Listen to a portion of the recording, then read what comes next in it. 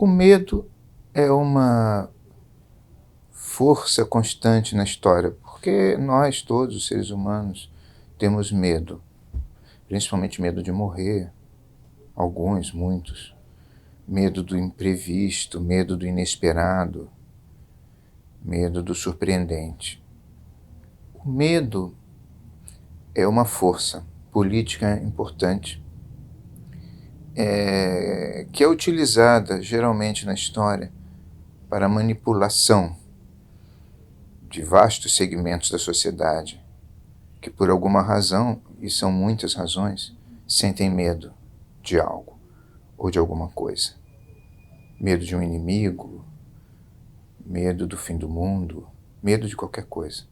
Sempre se entendeu que a manipulação do receio das pessoas era fundamental para desautorizar autoridades existentes.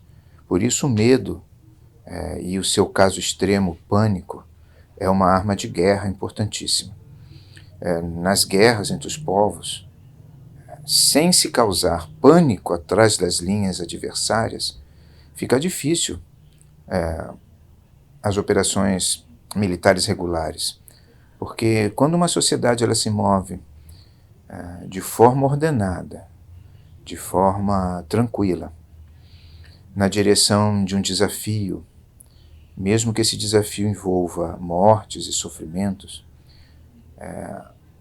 essa sociedade ela se torna muito difícil de ser facilmente derrotada. Se nós observarmos as duas últimas grandes guerras mundiais, tanto a primeira quanto a segunda, se lançou mão largamente, tanto por parte dos aliados quanto por parte da Alemanha e do Japão, do instrumento do medo para poder quebrar a moral dos inimigos, dos adversários. Então o medo e o pânico são movimentos importantes na guerra e internamente nas guerras políticas.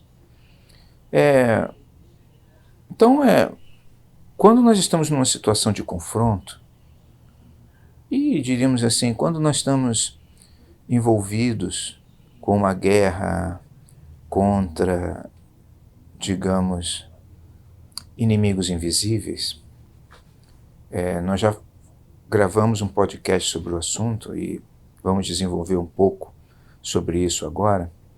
É muito importante que não tenhamos pânico, nem medo. Porque esses inimigos invisíveis, nós já falamos aqui várias vezes, os vírus e as bactérias sempre desafiaram a condição humana e continuam, irão desafiar sempre a nossa condição. Eles são, no entanto, nos últimos 200 anos, eles vêm sendo contidos de diferentes formas. Mas é muito importante que não haja pânico nessa luta, porque, havendo pânico, havendo medo, a sociedade se desestrutura. E tudo aquilo que poderíamos utilizar a nosso favor, e o que o ser humano tem para utilizar a seu favor é principalmente o discernimento e o entendimento do que é correto ser feito ou não, de acordo com a razão, tudo isso se perde, tudo isso se desvanece. Aí vocês podem se perguntar, mas quando os seres humanos entram em guerra contra os seres humanos, é claro que existem aí interesses nacionais diferentes, interesses de povos diferentes, de continentes diferentes. Mas quando os seres humanos entram em guerra com os vírus, que tipo de interesse pode existir entre os seres humanos que possa enfraquecê-los de forma intencional nessa luta? É claro que todo aquele que entre os seres humanos trabalha para gerar pânico, trabalha a favor dos vírus. Aí você vai dizer assim, é possível que alguém trabalhe a favor dos vírus? Não, é possível, porque às vezes as paixões políticas entre os homens são maiores do que o temor ou o receio diante dos inimigos invisíveis. Quer dizer, há pânico, e se gera pânico, quando os interesses políticos entre seres humanos contribuem para que a sociedade, para que alguns trabalhem para o desmantelamento de uma determinada sociedade, utilizando o vírus como justificativa. É claro que as pessoas sempre têm que ter cautela com esses inimigos invisíveis. Isso é uma coisa que sempre foi muito clara para os seres humanos. Nós não os vemos, mas eles sabem perfeitamente chegar a nós. Mas é muito importante que nos momentos de confronto, nos momentos de epidemia, se tenha claro que o principal inimigo é o agente invisível. Porque o pânico acaba encontrando inimigos em outros que não o vírus. No pânico, o inimigo é o próprio homem, o próximo, e não aquele que causa a patologia.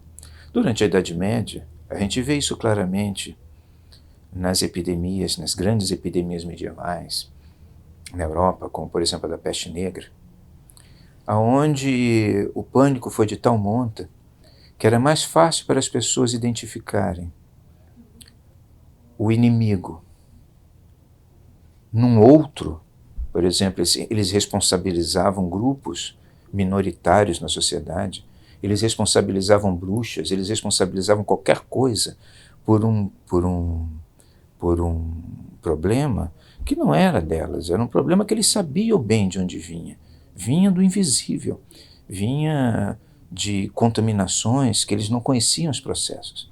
Mas o pânico os levava a estar contra o próprio homem. A mesma coisa é aqui, né?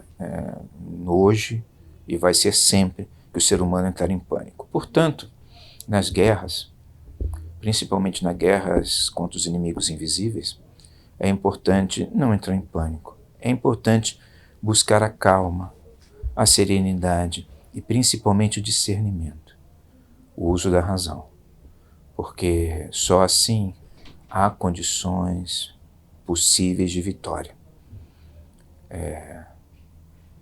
Vitória contra inimigos invisíveis, mas que apesar de serem capazes de chegar a nós, eles não têm uma visão de todo, né? Eles são bastante limitados na avaliação do que de fato acontece. E nós, ao termos essa visão, podemos efetivamente vencê-los. Então é muito importante que em momentos assim, nós mantemos a calma e a serenidade e confiemos principalmente na nossa capacidade de discernir.